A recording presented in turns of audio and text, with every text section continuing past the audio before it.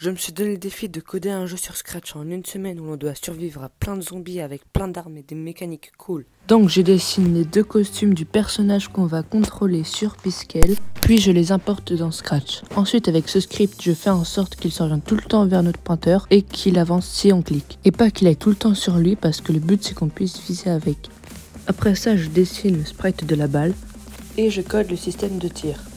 Voilà, donc on peut se déplacer et tirer, mais je passe sur Turbo Warp pour pouvoir ajouter cette extension qui me permet de personnaliser le pointeur de souris. Et avec, je transforme le pointeur de souris en viseur. Ensuite, je dessine le sprite du zombie, puis j'ajoute un effet sonore quand on tire et je fais en sorte que les zombies apparaissent aléatoirement sur l'un des 4 côtés de l'écran pour se diriger vers notre personnage. Voilà, donc le jeu est vraiment cool, mais il se rapproche plus à l'un des premiers jeux que j'ai fait sur Scratch qu'à un jeu qui doit pouvoir rivaliser avec Minecraft. Non, je rigole, mais le jeu est vraiment vide et il n'y a pas vraiment d'intérêt à y jouer.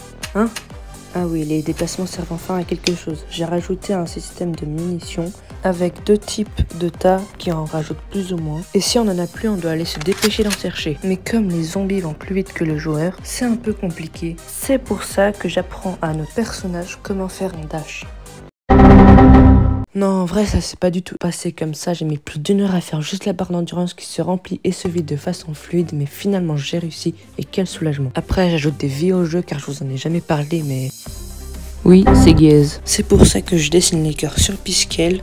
Et comme je veux être un minimum original, je fais en sorte que quand les zombies nous touchent, les cœurs s'infectent petit à petit. Et quand nos 3 cœurs sont complètement infectés, on se transforme en zombie. Après, j'ajoute le message de fin et à la base, je voulais rajouter un bouton qui nous permettait de nous ressusciter si on avait récupéré un objet pendant la partie, mais ça me causait trop de problèmes au niveau des bugs. Donc du coup, j'ai abandonné cette idée. Par contre, j'ai quand même ajouté l'objet en question qui est une seringue récupérable sur le docteur zombie qui a une faible chance d'apparaître pendant la partie et qui lâche la seringue quand on le tue. Ensuite, j'ajoute un shop, des indications pour comment tirer et comment ouvrir l'inventaire, une case qui indique quel objet en équipe, un bouton pause, notre nombre d'œils qui est la monnaie du jeu et notre nombre de munitions.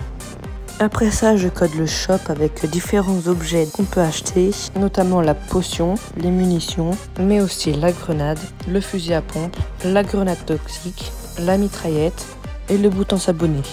Non, je rigole, c'est la matraque, mais si vous pouviez quand même appuyer dessus, ça me ferait super plaisir. Et c'est là que j'ai commencé à avoir de gros problèmes car j'ai dû coder l'inventaire. Pour ceux qui savent pas, un inventaire c'est très dur à programmer, surtout que j'ai dû inventer ma propre technique car je trouvais aucun tutoriel mais j'en avais vraiment besoin pour mon jeu. Donc ma technique pour coder un inventaire n'est pas la meilleure mais au moins elle marche et si vous voulez je ferai un tutoriel pour comment en coder un, le même que dans mon jeu. Voilà, donc on a un super jeu un peu bugué mais ça faut pas le dire. On a un shop, des soins, des armes et différents zombies.